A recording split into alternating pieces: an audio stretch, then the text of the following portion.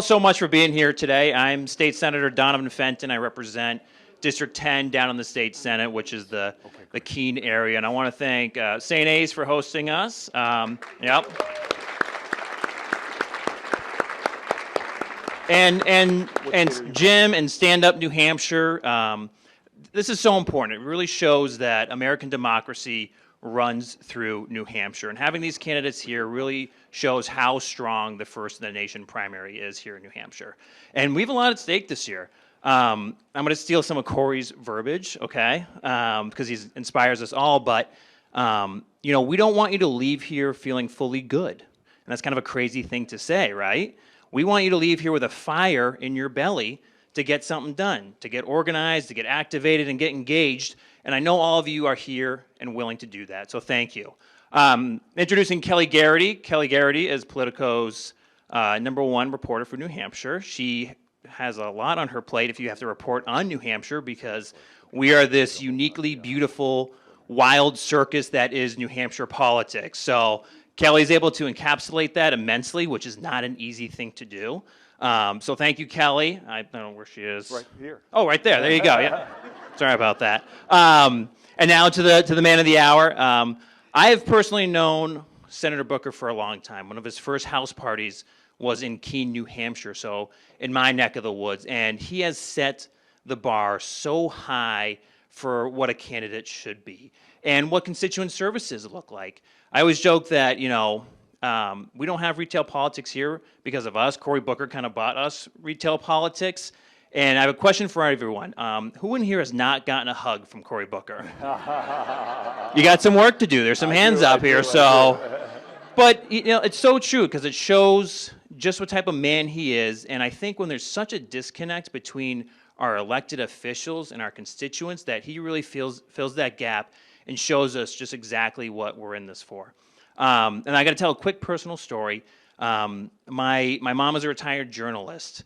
And she said, "Hey, you think Cory Booker will read my book that I'm writing?" And I was like, "Mom, the senator from New Jersey is not going to read your book that you're writing." And she was like, "Will you ask?" I was like, "No, I'm not gonna ask the sitting New Jersey senator to read your book." And so she somehow got a hold of his staff, and the staff was like, "Yeah, of course he's going to read your book." And then she knew I was going to introduce him here today. And she goes, "Well, you got to bring the book." And I was like, "Mom, I'm not bringing the book. He's got a little bit more on his plate than that right now." So we compromised, and I have a copy of the book right here. All right. So you are all my witness that I'm giving him the book, okay? So if my mom asks.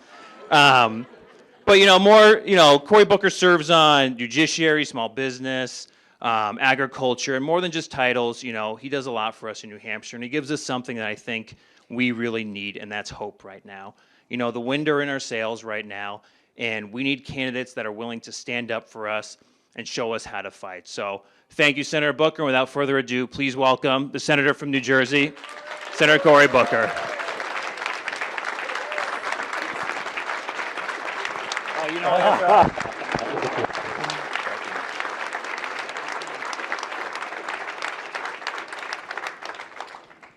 Senator, thanks for doing this. I'm psyched to be here. Thank you. To start out, do you want to just tell us a little bit about why you're in New Hampshire today? Yeah, Martin Luther King said something really profound, that we are all caught in an inescapable network of mutuality, tied in a single garment of destiny. Those are lofty spiritual words, but they are practically true in America. What happens in New Hampshire in your Senate race is directly impacting what I do as New Jersey senator, because we have fallen, for example, once one vote short of permanently cutting child poverty in half when we were one vote shy of getting the child tax credit. So your elections up here are vital to me. And so when your party chairman, whose birthday is today, happy birthday, when your party chairman calls me up and says, "Hey, could you anchor our state party dinner, help us raise some money?" I'm like, I want to do that work. I crisscross this country as much as I can away from my New Jersey duties to help people. So that's really what I'm here. First question, an easy one. No name on this one, but someone wants to know, should New Hampshire continue to have the first in the nation primary? So I started my career at 28 with a beautiful afro, by the way. I miss it so much. I started my career knocking on doors in Newark, New Jersey, Central Ward, where I still live today. And there is such a incredible power in that direct connection. I've gone across this country and campaigned in a lot of states, but you all have created a very special tradition here that really is about connecting to people individually. I want that tradition to continue. I think you all should be the first primary in the nation.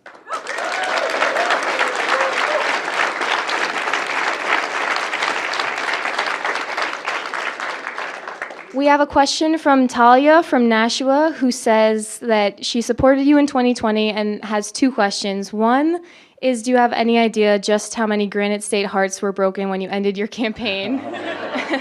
And two, do you think the DNC is running fair and open primaries? Wow. So where's Talia? There you are. First of all, I got to hug you. Thank you so much. Oh, thank you. Okay, so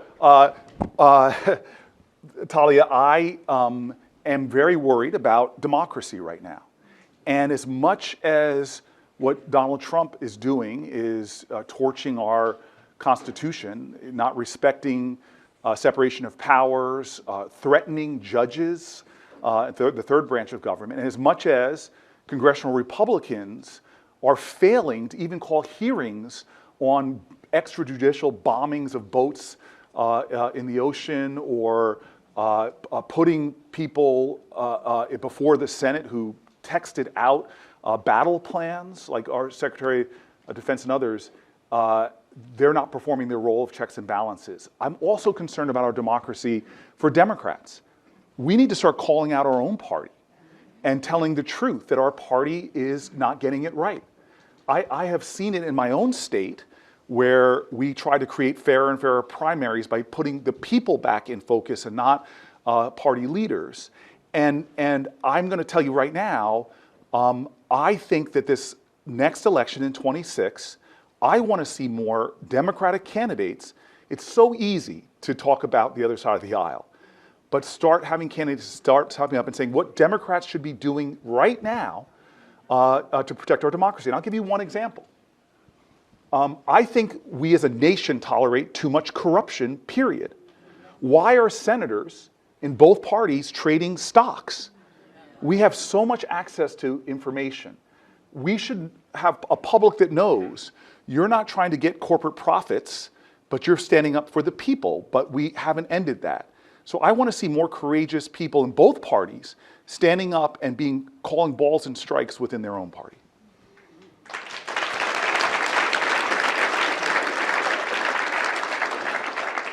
This one also came without a name, but someone says, I live in a predominantly Republican town. If I'm looking to flip representation to blue, should I try to find common ground or take the gloves off and call for current reps out for their shortcomings?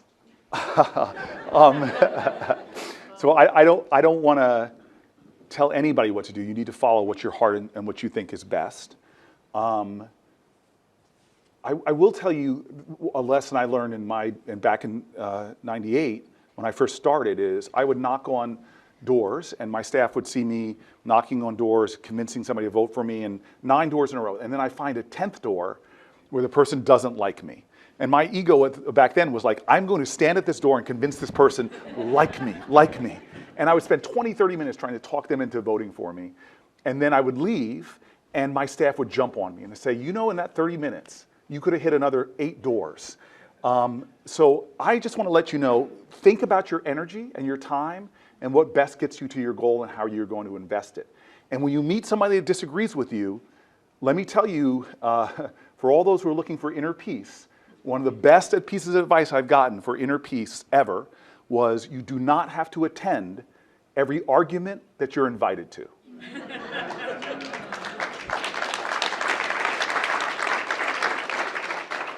Paul in Atkinson wants to know, how do we increase school budgets in an environment where affordability and lowering taxes is a priority? Where is Paul? Paul, I won't hug you. You seem very defensive there. I will not assault you without permission or invitation. So I think we are in a public education crisis in America. I think we are disinvesting in public education. And I think we have an anemic vision of what public education is about. And that anemic vision is everything for, in our schools, textbooks are vital for education. But so is a school lunch. And the fact that we don't fund them universally is absurd. Public education should start a lot earlier, before kindergarten or nursery school, because brain development, most of it happens 80, 90% before you're 5 years old. We have to begin not to keep choking off public education, but understanding it is a public good that needs more investment, because more investment means more return. We are in a global knowledge-based society now. The more you learn, the more you earn, and we are now being outpaced by other countries who are trying to out-America us when we used to better fund our public schools. And so the one direct answer I want to give to your question about taxes and teachers and drawing more people into the profession, I'm very proud of this, is the bill I have that I hope one day, when the Democrats get back control, we can pass it, is we give Wall Street executives a tax break called carried interest. They pay less taxes than their secretaries. Let's create a nation where we say, if you are willing to be a public school professional, from a teacher to a mental health counselor, that you pay the same tax rate that the Wall Street wealthy do in the carried interest rate. That would give every public school teacher thousands of more dollars into their pocket to help attract more people into the profession. And here's something I know about public school teachers. That money is not going to stay in their pocket or just go to their family. The most generous people I know, who especially right now that we're underfunding food programs, underfunding the basic needs that families are having trouble meeting, is public teachers every single day. Tens of thousands of dollars are coming out of the pockets of public schools teachers to buy things for their students that should be basic needs. If we give public school teachers a boost in salary, I promise you, all of America will reap the returns.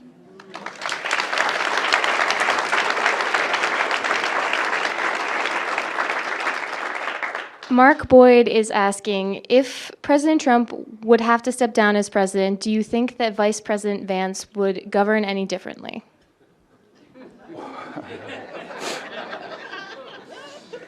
I think it was the great Maya Angelou that says, if someone tells you who they are, believe them. JD Vance has told us who he is, time and time again. And when Donald Trump needs somebody to double down, whether it's defending him on the Epstein files or his failure to condemn the kind of bigotry that we see in these group chats that were exposed, he is showing and telling America, I am a Donald Trump acolyte. Now, let's be real, because I've seen this amongst a lot of my Republican colleagues. During the 2016 primaries, a lot of my colleagues, from Ted Cruz to Lindsey Graham, know them both, work with them both where we can, and Vice President JD Vance told the truth about Donald Trump. Go look up JD Vance's truth-telling about who Donald Trump was. But suddenly, when he wanted to get elected to be United States Senator, he ran to Mar-a-Lago and contorted himself. He had somehow seen a conversion moment where he became Donald Trump's biggest supporter. I have an incredible fiance who has done yoga with me before. Let me tell you, the way Republicans are contorting themselves to do whatever Donald Trump does is an advanced form of yoga that I will never, ever do.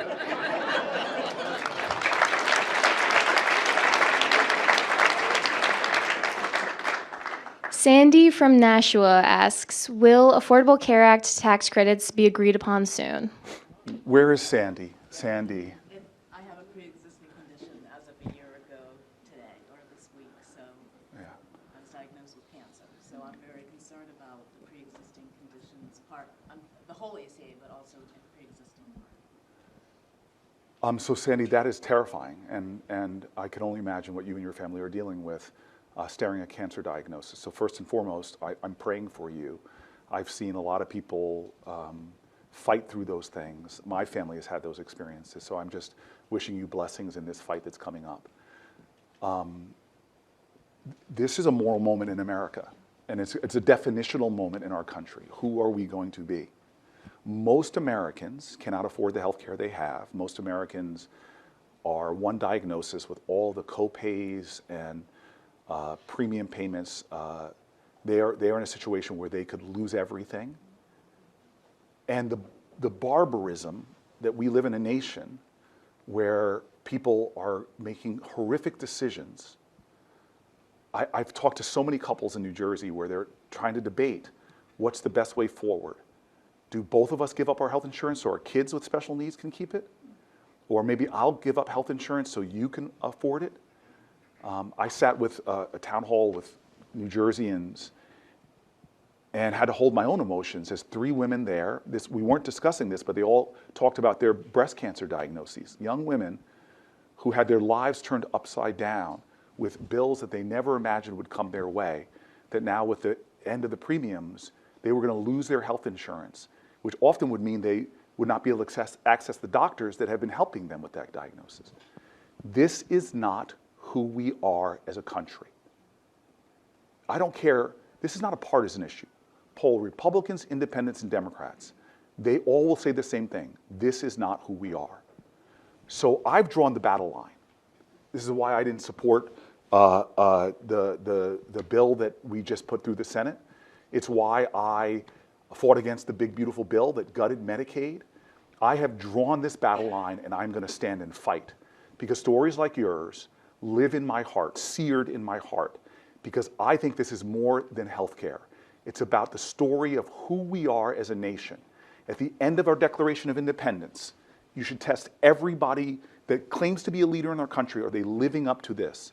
It says we must mutually pledge to each other our lives, our fortunes, and our sacred honor. Where is the honor in letting people go without health care and face life's challenges and see their whole family descend into bankruptcy and worse? We should be a nation, the most powerful country in the world, where we assure people that through quality health care for everyone, we can have truly a nation of life, liberty, and happiness.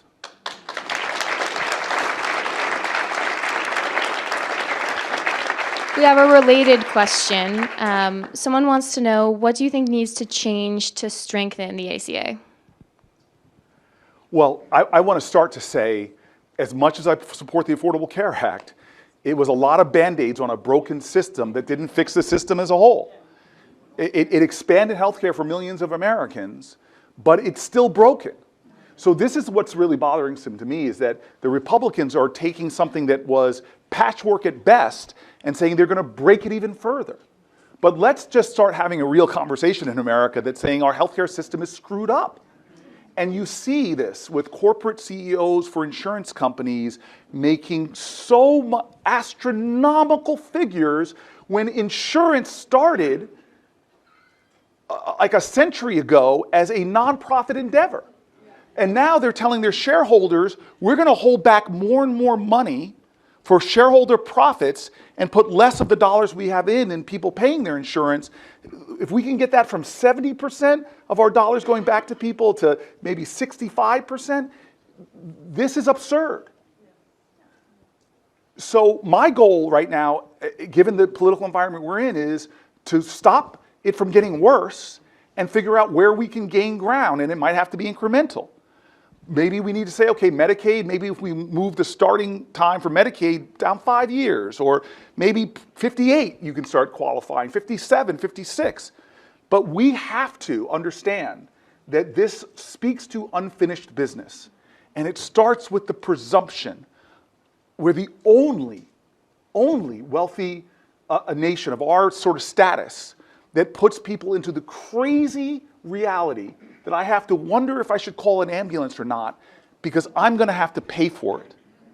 There's going to have to come a point that I want to try to force that asks the question of what kind of nation will we be?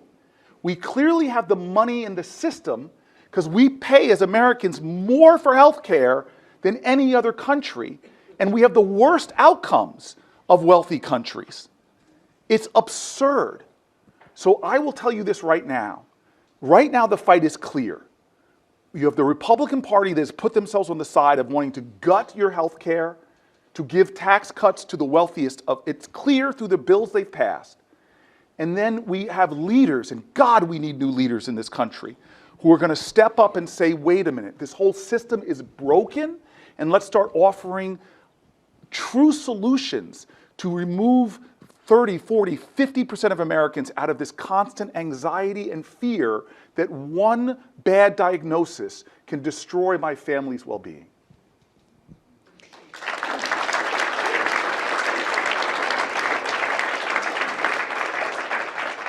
Another one without a name, but someone is asking, what are your feelings about your fellow Democratic senators voting in favor of the spending bill recently passed? Is a change in leadership needed? So I disagree with their decision, but I'm a football player, and football, some of you don't know this, but I got in, there's a lot of college students here, I got into college for the best way because of a 4.0, 1600, 4.0 yards per carry, 1,600 receiving yards. It helped me to be an all-American football player in high school. And I learned some of my best lessons of life were forged on the football field. And so I could always tell you when we were going to score a touchdown. I was a wide receiver and a tight end. I could always tell you. I would tell my friends in the huddle, my colleagues in the huddle, we're going to score here. Why? Because I would look at the other huddle, and they would be arguing amongst themselves. They would be demeaning somebody who missed a tackle or made a mistake. And I knew that division, we were going to exploit it, and I would be in the end zone, or one of my colleagues' teammates would be in the end zone. I also learned, as a guy who, the older I get, by the way, the better I was at football, so I never dropped the pass. But I will tell you, I also learned that when you make a big mistake on a play, get back in the huddle, tighten your chin strap, because we have work to do with the people that are fighting us. So that play's done. I'm not happy about it. I think we lost yardage, and the kind of large yardage we lost is not a game, it's our health care. But that play is over. I need everyone. I need everyone. No matter how you voted, we need to get back in the huddle because the stakes are so high. And we need to, at a time that the opposition is trying to take away health care, raise your grocery costs, at a time they're trying to attack feeding programs like school lunches, Meals on Wheels, we have work to do. Get in the huddle and get ready for the next play.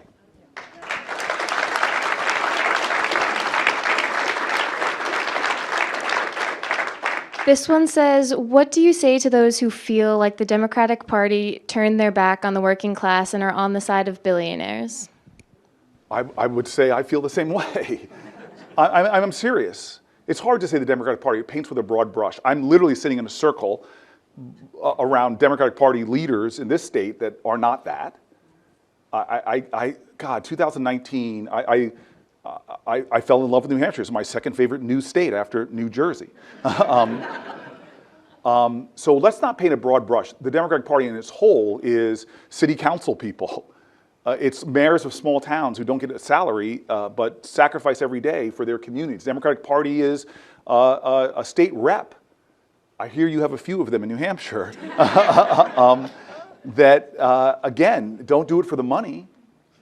So I just want to talk about those people for a second, because when I meet those folks who get up every single day, they have their own kids, but go out and fight for other people's children, who some of them are 60, 70 years old, and they're like, as long as I have breath in my body and blood in my veins, I'm going to fight for America.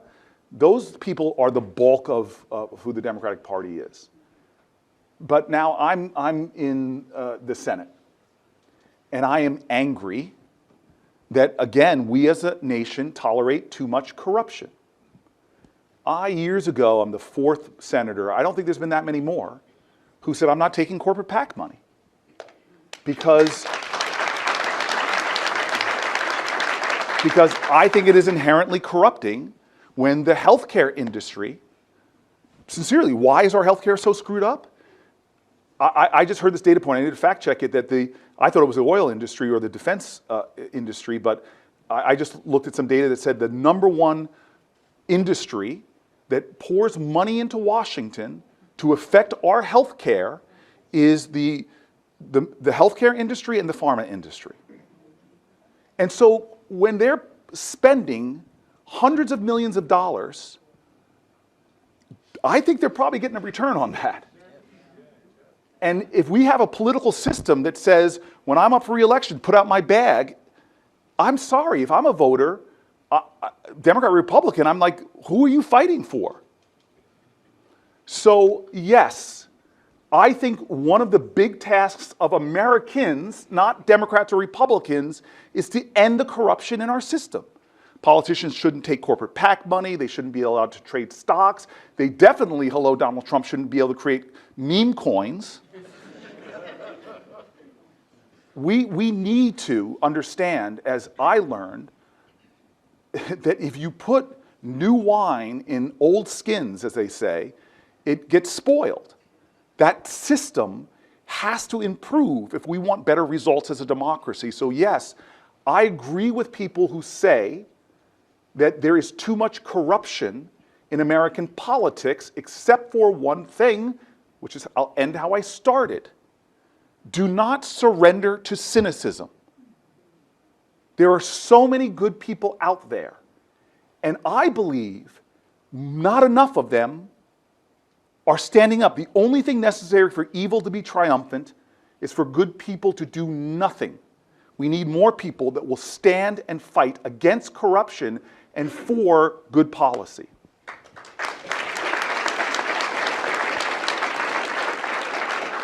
Marie in Manchester wants to know, how do you level the playing field in primaries so that it's the candidate and not how much money they raise that determines the winner? What's the person's name? Marie. Where is Marie? Is this Roe, like the hot row here? Marie, thank you very much. I'll be very candid here. I'm glad to be up here working for candidates, but like when I travel to other states, one of the big things that candidates ask me for is money. And I spend a lot of time, even though I don't take corporate PAC money, I ask a lot of people for contributions so that I can help the Democratic Party in New Jersey, the Democratic Party in New Hampshire, and I'm one of the better fundraisers in our party. But I don't want us to have a system where our leaders have to spend so much time raising money. I love what Martin Luther King said. It's not the color of your skin, it's the content of your character. I want us to have a system that selects for the people the best character and qualifications to do a job, not who is better at raising money. One of the worst things to happen to our country, one of the most corrupting things that's happened in America, is Citizens United. Now, I will tell you that two parties have said things about Citizens United. One has fought to preserve it, and one, when Nancy Pelosi was head of the House, and the first bill they put up was to end Citizens United and create more fair campaign finance rule. It was an extraordinary piece of legislation, and it got blocked by Republicans. So while I will continue to be a voice in our party to say we have to check ourselves, I hope that in these next two election cycles, the Democrats in New Hampshire get the governor's seat, get the state Senate, get the state House, and that we in Washington can get back control. And I hope the Americans, when they give us that opportunity, stand back and say, okay, put up or shut up. And I will be one of those people arguing loudest is that we end Citizens United, bring about more sound campaign finance rules, and end the corruption I've talked about already.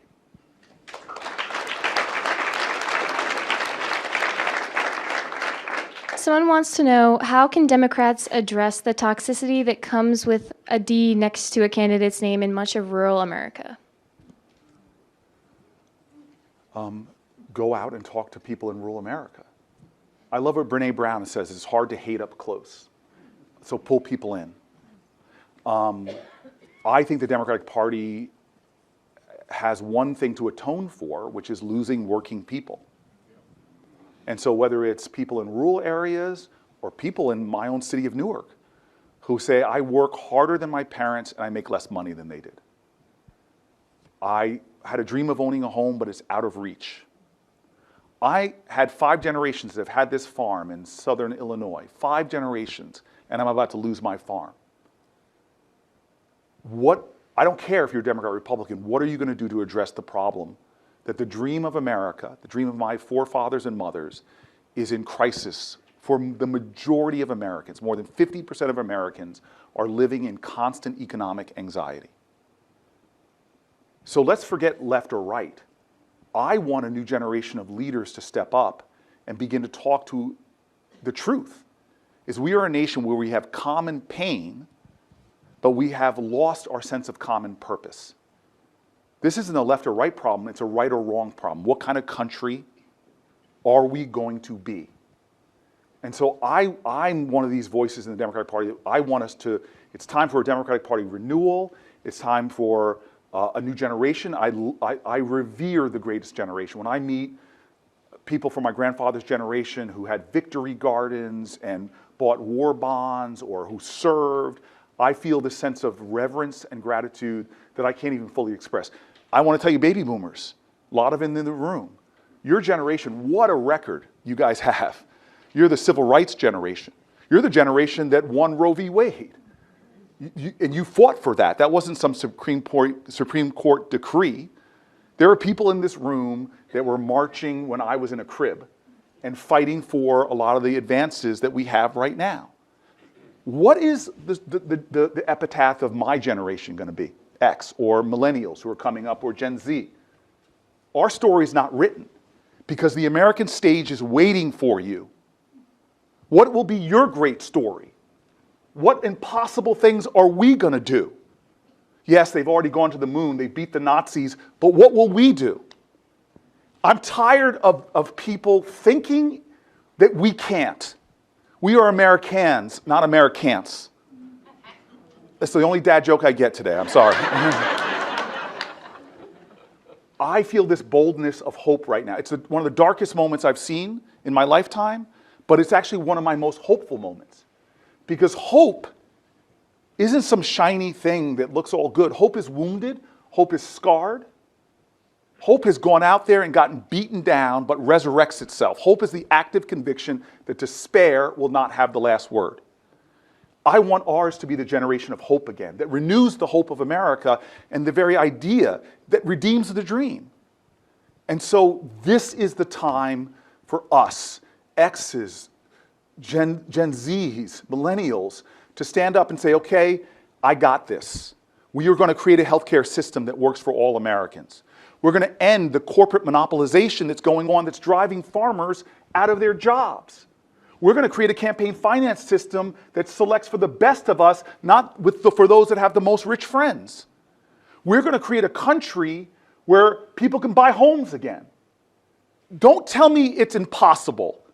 I will tell you that American history is a perpetual testimony to the achievement of impossible things against impossible odds. You want to know what the epitaph of my generation I want? I want it to be just that. There were doubters and naysayers in our nation and across the world.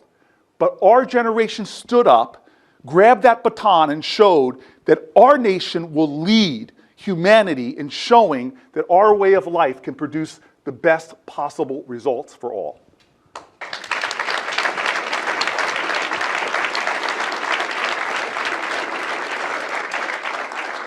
Somebody wants to know, do you think the country is prepared for a large-scale war with countries like Russia or China? I mean, prepared, I believe we are. But I'm of the generation that has seen us go to wars that we should not have gone to. I don't know, you all know this, Bill Clinton was the last person to balance the US budget.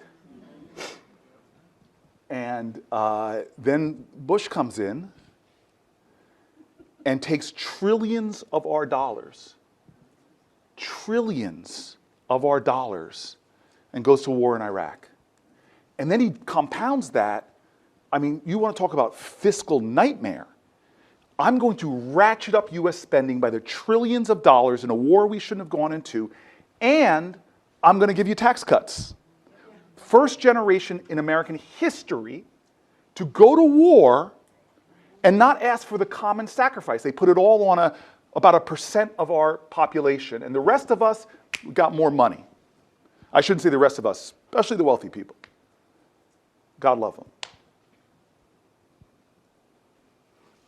I mean, we are suffering for that now. Our children's children will pay for that now through our deficits. So, no. We should not be going to war with China or Russia. We should have diplomacy. And I'm telling you right now, the worst diplomat I've ever seen is the guy we have in the White House right now, who is alienating our allies, bombing nations already, blowing up speedboats. He is the most reckless, dangerous people. Don't take my word for it.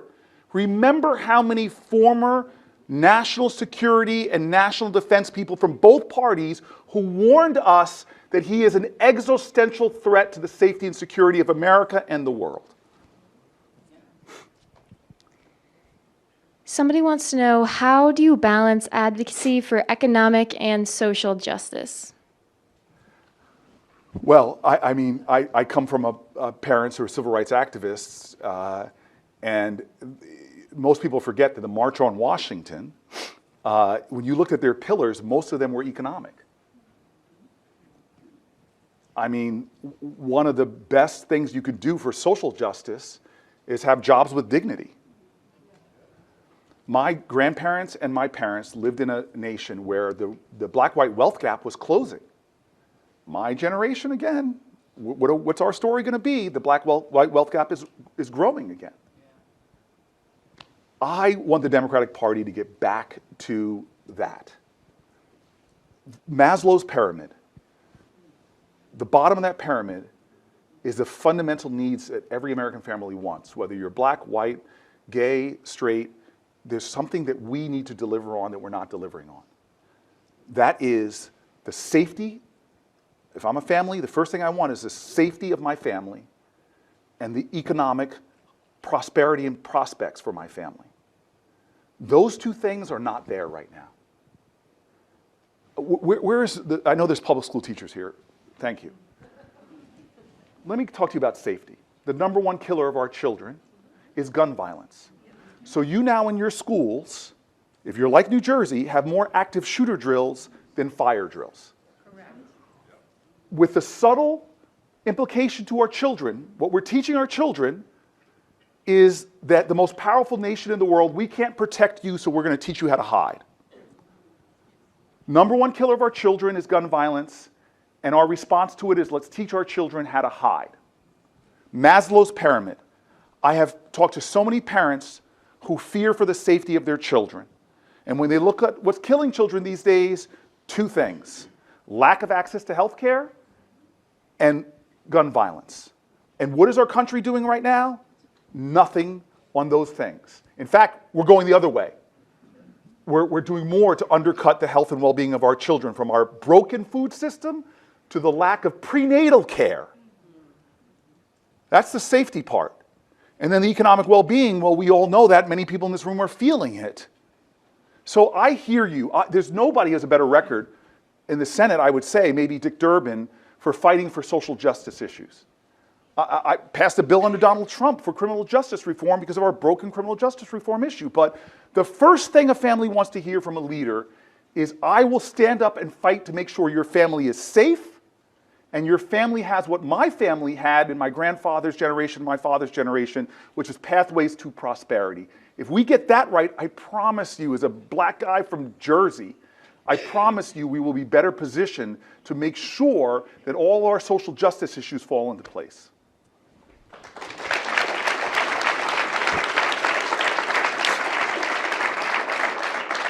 Another question without a name, but this person asks, how do you think your party can be more assertive in defending its values and communicating a clear vision for working families? Well, I hope the working families things you've heard is the line through everything I've been saying today. I want my party to get back to being for working people. My grandfather, poor guy from Mississippi with my grandmother, moved to Detroit, and then my grandfather got a job on the assembly lines during World War II. He was building bombers. My grandmother was the person that was tending the Victory Garden. They were buying war bonds. They had a pathway to the middle class. They were the Jeffersons. They moved on up to a deluxe apartment. They were entrepreneurs. They opened up a laundromat, a pool hall. Statute of limitations is gone, so I can confess to everybody here. The story is that they ran numbers too, but okay. Before the lottery was legit and the government was taking its piece. They fought to move the Democratic Party, black people, from the Republican Party to the Democratic Party. Blacks were Republicans back then. The old saying was, turn Lincoln's picture to the wall. And my grandfather said, I was a Democrat because they were for working people. They were for Social Security. They were for health care. They were for unions. And the party then held a dominance in American politics that inarguably brought things that both Democrats and Republicans now say is gospel. If you are a Republican and you are my brother and sister, you are my fellow American first, just know that your workers' rights, your 5-day work week, all of that came from the Democratic Party and the union leaders. If you're a Republican, and we're one of those Republicans that got Donald Trump to say, I will not cut Medicare, lies, but okay, but know that we have Medicare and Medicaid because of the Democratic Party.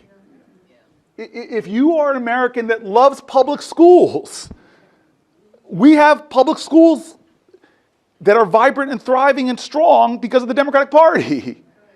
I could go through all the things that we now take for granted that were from my grandfather's generation to the time I was born, gains that were made, including reproductive rights, being able to control your own body, including being able to marry who you love. The Democratic Party brought us all of those things.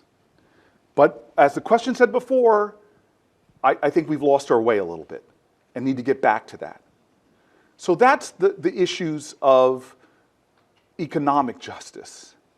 But our party also has to show, in the first part of your question, character.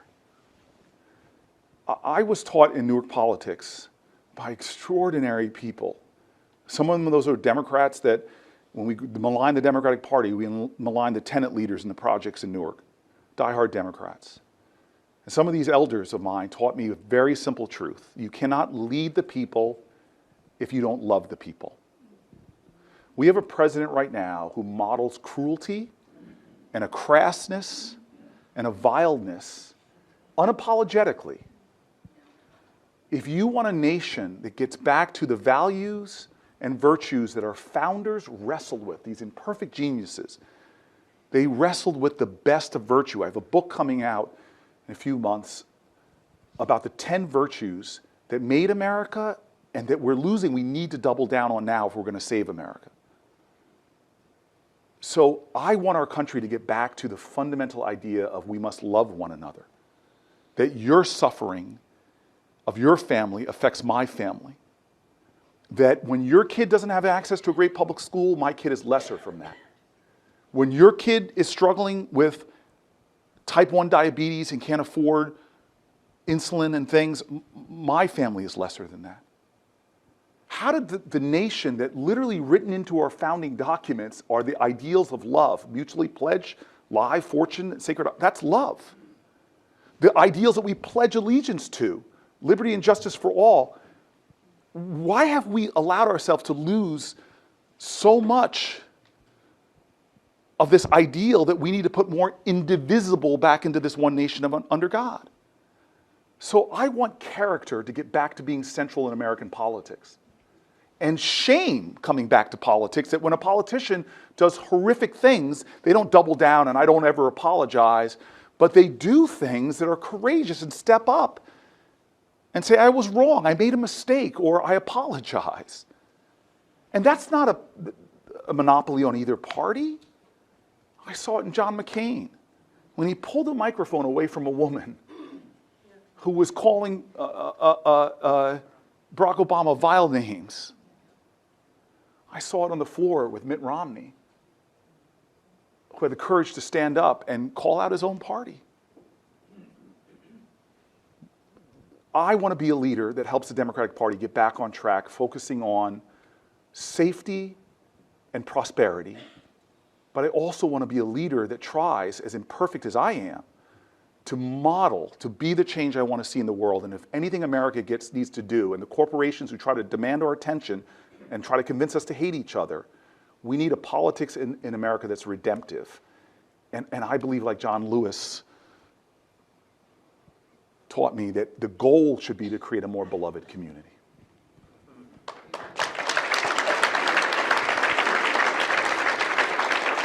We got just a couple of more here, and this is a bit of a tone shift. Someone wants to know what shoes you wore during the 25-hour filibuster. I try to be very thoughtful. As a senator, we have a good salaries, and I try to then, having that privilege, to just try to be thoughtful with the clothes I wear, where they're made, their environmental impact. But I just have to say, I look for the most comfortable shoes I had in my closet. So I wore Hoka's. But the Hoka's didn't get me through. I will be honest with you. The body has limits, but the spirit has none. And what lifted me in that 25 hours were the letters from Americans that I read, who had the courage to be vulnerable and write me letters about some of their most painful realities, like some of you have done in the questions you've asked. One of the virtues in my book is vulnerability and the power of that. And so I wanted to stand for as long as I humanly could and try to center that strength, which is how vulnerable we all are right now. And what happened around the 20th hour, when my legs were cramping up and my body was telling me it's reaching its limits, is I was soaring. I want to tell you right now, my chief of staff and I were arguing on paper back and forth. She's like, you broke Strom Thurmond's record, you should wind this down. And I'm like, I could go for another 5 hours. Because of the energy that I got from so many people who were tuning in and filling the galleries. But the last thing I want to make a point to you is, you want to know who heroic people who stand up for 20, 25 hours are? It's not a senator in his Hokas. It's the person that you all know here in New Hampshire who picks up the third shift at a diner because their family, because they don't know if their family can eat.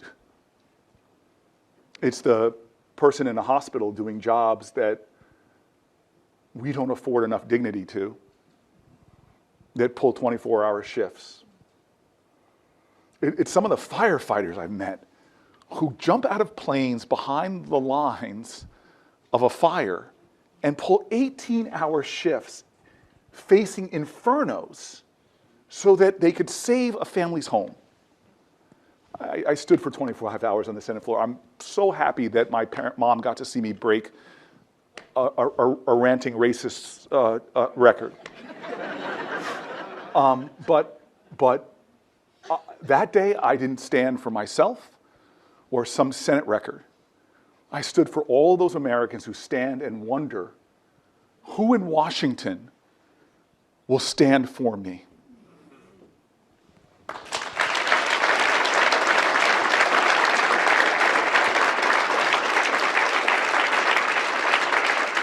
You've been talking a lot about safety today. I'm curious if you think your party has a winning message on crime heading into 2026. I think we got screwed up. And it wasn't the majority of our party, because the majority of our party, I keep describing, are like the people in this room that are holding elected offices or running for elected offices. Some voices in our party, at exactly the wrong time, use slogans that the Republican Party weaponized.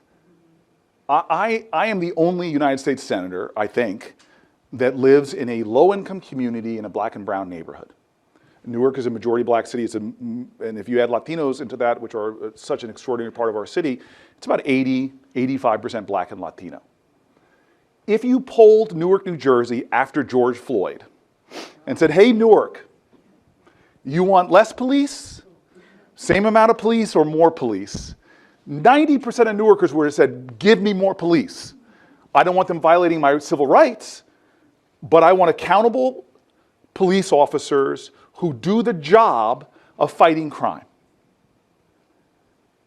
How could we, coming out of that, not have the conversation on how do we create higher professional standards, more transparency and accountability, but we want to fund police better, because let me tell you something, public school teachers who are being asked to do things you never were asked to do before, cops are being asked to do things they should not have to do. And I can show you evidence-based programs that save taxpayer money, like, hey, having mental health responders go out and deal with some of these crises. So count me in as a guy that watched, as a former mayor, that I got upset with some of these mayors that are going around saying, I'm not going to enforce certain crimes. I'm sorry, I want to deschedule marijuana, but I think some of these people might have been high when they were saying it. Because the reality is, everybody wants a safe community. Everybody wants a safe community. I have done so much work on homelessness issues. The way to deal with issues of homelessness is to create affordable housing, create a better mental health care system, create a better system that helps people who are saddled with addiction. But to tolerate people who are doing what is their only option because of our failure, sleeping in communities and making people feel unsafe. I'm a pragmatist, I'm a mayor, I'm not left or right. Let me just give you a very good example of what I'm talking about. I found this housing group. I fell in love with it when I was a mayor. When I was a mayor, I said, forget left or right. As Fiorello LaGuardia said, there's no Republican or Democratic way to fix a pothole. You just fix it. And so I said, there is not a problem we have in Newark that somebody somewhere hasn't figured out a way to solve. And I just said, let me find the best ideas and bring them to my city. And it was one of our strategies for success. And I found, God bless them, I hope they hear about this extraordinary organization called the Plymouth Housing Group in Seattle, Washington, that provided supportive housing. And for all of us housing nerds that know a lot about housing, supportive housing is very expensive. It means somebody with drugs that you're getting them counseling, you're helping them make sure they're taking whatever medication they need and the like. And so they decided, Plymouth, like me, I was a guy that said, in God we trust, but everybody else bring me data. Let's actually measure this. What's more expensive for Seattle? To leave homeless people on the streets where they could end up being a nuisance and a challenge, not just to themselves, a danger to themselves, but to other people, or putting them in the very expensive supportive housing. And guess what they found out? That in, I can't remember what it was, 2 dozen, 3 dozen people they studied, they found out that it was so much more expensive for taxpayers to leave homeless people on the streets than to put them in supportive housing. Why? A lot of people here know this, because people who are left on the streets usually end up in 2 places: hospital emergency rooms or jails, which is the most expensive way to try to treat problems. So, dear God, I wish we could declare a year. I'm not trying to be the authoritarian that Donald Trump is being, but if I was king for a year, the first thing I would say is nobody can tell me what party you're in anymore. You can't tell me what party you're in. And you can't talk about somebody else. You just have to say what you stand for, and let's make pragmatism rule. And let's create a metric which is not the best metric. I'm a spiritual guy. I think the best metric for happiness is community, is connection, how many friends you have, and all of that. But let's be one of those fiscally conservative people. And we're going to make only policy decisions that inure a return for American taxpayers. Let's make that for the year that you guys give me a chance to lead. And just say that's the metric. I say this because I met one pastor in this room. Where's that pastor? He was here earlier.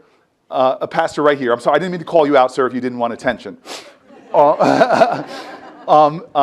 We are spiritual people. My whole life is oriented around Matthew 25. That's what moves me. But let's be fiscally conservative, you and I and the rest of everybody here. So let's, as a country, say we are only going to do the things that return benefits to us. We would not have a homeless problem. The homelessness problem we have in America costs us more money than it does. Plymouth, I already given you the one example of that. But we wouldn't stop there. Oh no. We would not have the maternal mortality rate that's the highest of developing nations. Because when you deny people prenatal care, guess what happens? The outcome is horrible. They end up in the NIC unit, medical contributions, and it all costs money. Let's go to more stupid. When I was mayor of the city of Newark, my staff used to love me saying that, let's attack stupid first. You know what is stupid is what Donald Trump is doing to the NIH. The best taxpayer dollar we have is investing in medical research. The returns we get. And this is a president that is gutting and cutting research, and because Harvard's political science department or women's studies offended him, he's cutting Harvard's science department. Stupid. When most of the bright minds on the planet Earth want to come here to invent things and stay here and let us reap the benefit. But what is he doing? He's stopping those immigrants from coming into our country. Stupid. I have a long list of stupid that if we as a country just used economics as our guide, we would be a wealthier nation, but a more just nation as well. My last stupid: hunger and poverty. How could the wealthiest nation on the planet? Now, I'm Matthew 25. When you were hungry, you fed me. When did I do that, O Lord? Whatever you've done for the least of these. That's my motivation. But if you're just fiscally prudent, I have reams of studies from even conservative think tanks that a hungry child in school cannot learn. And we know this. I can show you the evidence that the more children learn, the more we as a nation earn. We know we can cut child poverty in half. Less people below the poverty line. Did you know the more people you elevate, the more your overall GDP grows? I know we can cut child poverty because for 1 year under Biden, this was on the Senate side, it was Sherrod Brown, Michael Bennet, and the last of the killer bees was Booker. We fought, before Biden even swore his oath, please expand the child tax credit. It cut child poverty almost in half in our country. There were some studies that showed the cortisol in the children's brain levels went down, brain development even improved. The financial benefit to America of just doing that is so extraordinary because one genius, it's equally distributed, as many geniuses being born in the poorest neighborhoods or being born in the wealthy neighborhoods. You unlock that genius of human potential, anything is possible, but I can measure economically that well-fed kids that are above the poverty line produce more in lifetime earnings than other kids, if that's your metric.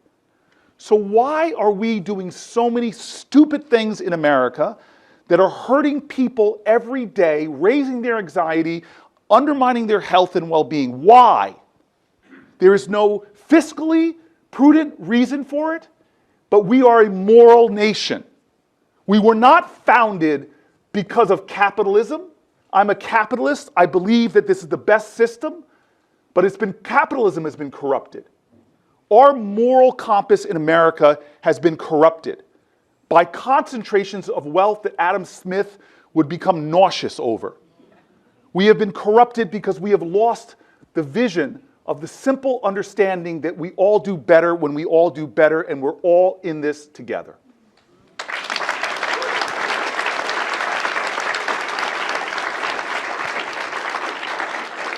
Our last question, somebody wants to know, where do you see yourself in 2028?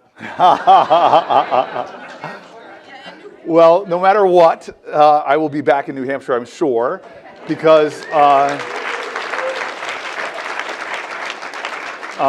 every election cycle, this swing state is at the center of the hinges that will turn the direction of America, and I commit myself here. And I know there's a lot of talk about 2028 now, but please, in New Hampshire, if you're a New Hampshirean, New Hampshireite, I was taught that when I came up here. If you're a New Hampshireite, please, please, please get involved in your elections from the grassroots up.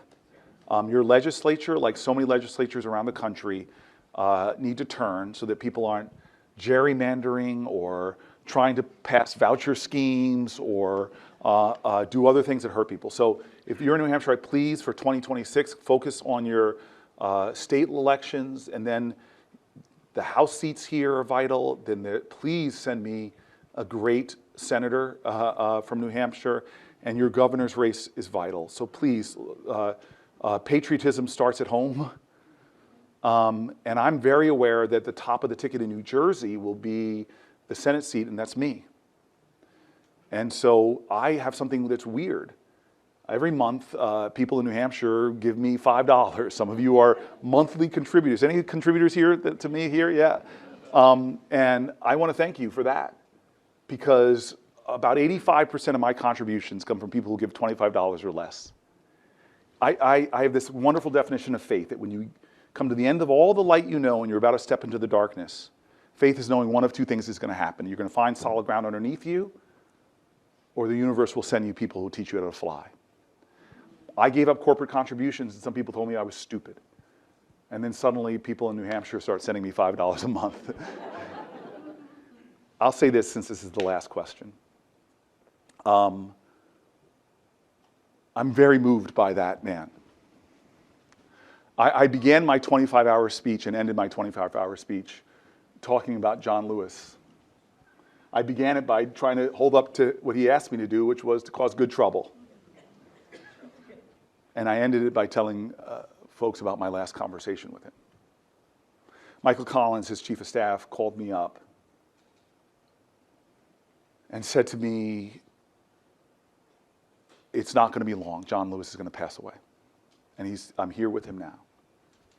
And he can't speak, but I wanted to give some people that were really close to him a chance to say goodbye. This is that civil rights generation. This is the baby boomers, as many of them are retiring from the Senate, many of them are leaving the House, but many of them are being called home. And so what do you do to the man who's literally changed your life from the time you were a kid, and my parents have incredible stories, they're both Fisk people, to the time you were in Washington?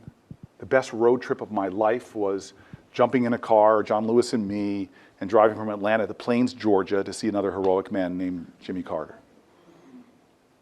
teach Sunday school. And he puts the phone by his ear, and I don't have words yet.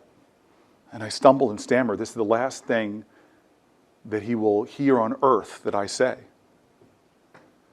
And I was emotional, and I was struggling. I wanted to say something to him, and then I calmed myself, and I took a breath, and I said basically this to him. I said, John, I know where you're going. You're going to be with God. You're going to be with my dad. And I know you're going to be looking down on us. And I promise you that we will make you proud. I think that promise is yet unfulfilled. I think we're in a crisis. I think there's so much pain right now, so much hurt and so much fear in America. And I believe in my heart, though, that it's in times like this that it's the seeds of our salvation. Because you can't have great courage without great fear. You can't have great hope unless you stare unflinchingly at great despair. We are down on our knees like John Lewis was beat down time and time again, but that does not define us. What defines us is how many times we stand back up and say, you can take dogs on me, you could send your batons at me, you can disrespect me and disregard me, but I am still standing, I am still fighting, because you may have betrayed our nation with your hate, but I will redeem it with our love. That's what's going to make us proud. Thank you. Thank you very much.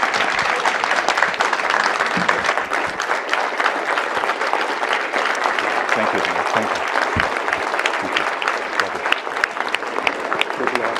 Thank you. Love you. Thank you, please. Special message in there. I don't know what it says, but Okay. we'll find out. Thank you. Thank you.